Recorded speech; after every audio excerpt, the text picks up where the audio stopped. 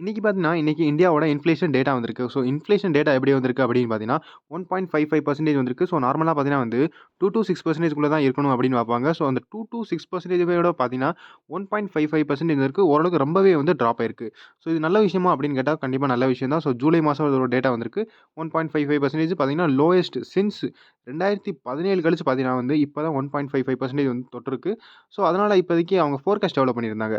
Forecast பார்த்தீங்கன்னா வந்து 1.76 இருந்துச்சு. 1.76 தான் வந்து எக்ஸ்பெக்டேஷன் பண்ணாங்க. பட் வந்தது பார்த்தீங்கன்னா வந்து 1.55% முன்னாடி பார்த்தீங்கன்னா வந்து 2.1% இருந்துச்சு. ஸோ இது பார்த்தீங்கன்னா, இது வந்து பழைய டேட்டா. அந்த பழைய டேட்டா பார்த்தீங்கன்னா வந்து கிட்டத்தட்ட 6 மாசமா பார்த்தீங்கன்னா, இது வந்து ஃபோர்காஸ்டிங்கு. இது வந்து பார்த்தீங்கன்னா வந்து ப்ரீவியஸ்.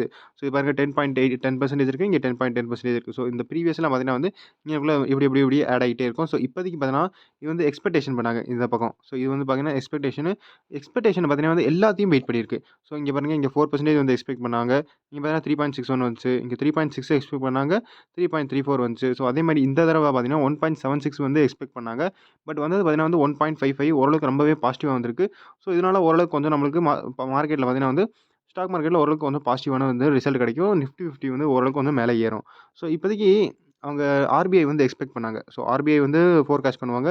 எவ்வளோ வரும் அப்படின்னு. ஸோ இந்த இயர் இந்த ஃபைனான்ஷியல் இயர் 26ல பார்த்தீங்கன்னா வந்து 3.1% வந்து மாத்துனாங்க. ஸோ ஆகஸ்ட்ல மாத்துனாங்க. இந்த நம்ம எம்பிசி மீட்டிங் கேள்விப்பட்டிருப்போம். ஆர்பிஐயோட MPC monetary policy committee meeting அப்படின்னு கேள்விப்பட்டிருப்போம். ஸோ அதில பார்த்தீங்கன்னா வந்து இன்னும் குறைச்சினாங்க. 3.7% வந்து ஜூன் மாசத்துல சொன்னாங்க. 3.7லேருந்து 3.1 இது பார்த்தீங்கன்னா குவார்டர் 1 முடிஞ்சுச்சு. ஸோ இது ஒண்ணும் பிரச்சனை இல்ல. 2.9 தான் இருக்கு. இந்த தடவ குவார்டர் 2 பார்த்தீங்கன்னா வந்து 3.4லேருந்து 2.11 கொண்டு வந்திருக்காங்க. ஸோ 3.4 எக்ஸ்பெக்ட் பண்ணாங்க.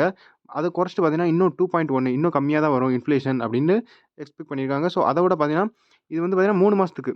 ஸோ ஜூலை, ஆகஸ்ட் அப்புறம் செப்டம்பர். ஸோ ஜூலை மாசத்துல பார்த்தீங்கன்னா 1.55 வந்திருக்கு. ஸோ இது 3யும் அடுத்து ஆகஸ்ட் மாசம் வரும். அதுக்கடுத்து செப்டம்பர் மாசம் வரும். 3யும் ஆவரேஜ் பண்ணி பார்த்தா 2.1 வரணும் அப்படிங்கிறது தான் எக்ஸ்பெக்டேஷனு. ஸோ இந்த தடவ பார்த்தீங்கன்னா 1.5 வந்திருக்கு. ஓரளவுக்கு ரொம்ப கம்மியாவே வந்திருக்கு. ஓரளவுக்கு நல்ல விஷயம் அப்படின்னு சொல்லலாம். ஸோ அதுக்கடுத்து பார்த்தீங்கன்னா வந்து அதனால என்ன? நம்மளுக்கு என்ன பாசிட்டிவ் பாயிண்ட் அப்படின்னு பார்த்தீங்கன்னா, இன்ட்ரெஸ்ட் ரேட் வந்து கட் ஆகும். ஸோ இன்ட்ரெஸ்ட் ரேட்னா நம்ம ஆர்பிஐ பார்த்தீங்கன்னா என்ன செய்வாங்க, நம்ம பேங்க்லாம் வந்து லோன் குடுப்பாங்க. ஸோ அந்த லோன் குடுக்குற பெர்சன்டேஜ் பார்த்தீங்கன்னா வந்து கம்மியா இருக்கும். ஸோ இப்போ பார்த்தீங்கன்னா வந்து 5.5% வந்து லோன் குடுத்துக்கிட்டு இருக்காங்க.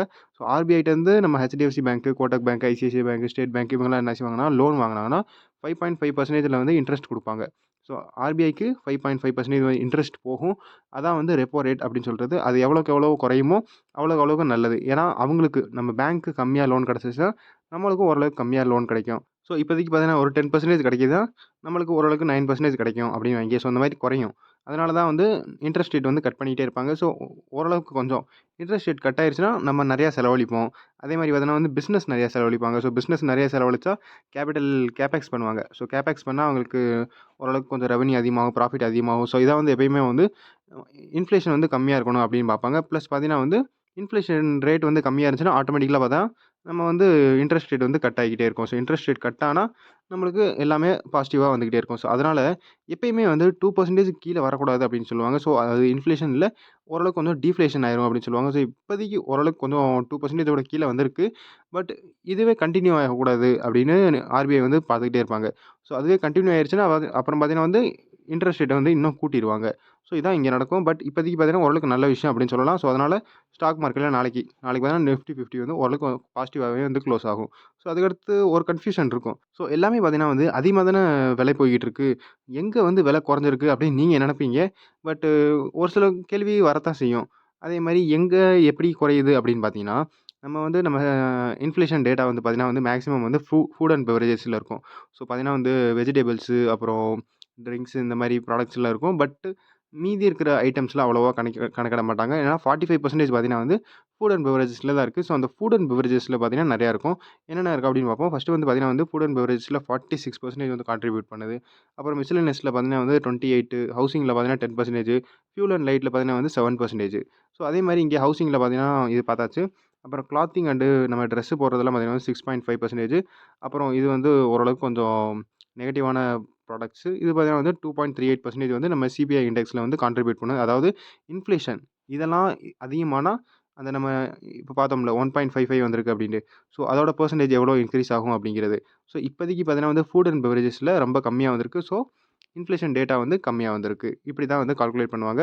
ஸோ ஃபுட் அண்ட் பெவரேஜஸ்ல என்னென்ன இருக்கும் அப்படின்னு பார்த்தீங்கன்னா, நம்ம சிரல்ஸ் அண்ட் ப்ராடக்ட்ஸ் இருக்கும். ஸோ இதில பார்த்தீங்கன்னா இந்த ரைஸு, அப்புறம் வீட்டு இந்த மாதிரி ப்ராடக்ட்ஸ்லாம் இருக்கும். அப்புறம் மில்க் ப்ராடக்ட்ஸு, அப்புறம் பார்த்தீங்கன்னா வெஜிடபிள் 6%.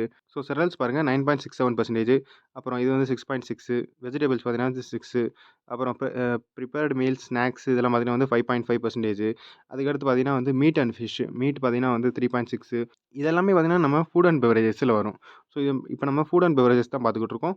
ஸோ அதுக்கடுத்து பார்த்தீங்கன்னா வந்து ஆயில் அண்ட் ஃபேட்ஸு, அப்புறம் பார்த்தீங்கன்னா ஃப்ரூட்ஸ் 2.89%. ஸ்பைசஸ் பார்த்தீங்கன்னா வந்து 2.5. பல்சஸ் அண்ட் ப்ராடக்ட்ஸ் பார்த்தீங்கன்னா வந்து 2.38. ஸோ இதெல்லாம் வந்து இதில் வரும். அப்புறம் பார்த்தீங்கன்னா வந்து சுகர் இருக்கும், எக் இருக்கும். எக் பார்த்தீங்கன்னா ரொம்ப கம்மியா இருக்கும். 0.43%. ஸோ அடுத்து மிஸ்செலேனியஸ்ல பாருங்க. மிஸ்செலேனியஸ்ல என்னென்ன இருக்கும் அப்படின்னு பார்த்தா அந்த 28.32%. டிரான்ஸ்போர்ட் அண்ட் கம்யூனிகேஷன் இருக்கும். ஹெல்த் இது இருக்கும். அதுக்கடுத்து பார்த்தீங்கன்னா, நம்ம எஜுகேஷன் இருக்கும். 4.46%. பெர்சனல் கேரு, அப்புறம் பார்த்தீங்கன்னா, household goods and services, recreation and amusement 1.6%.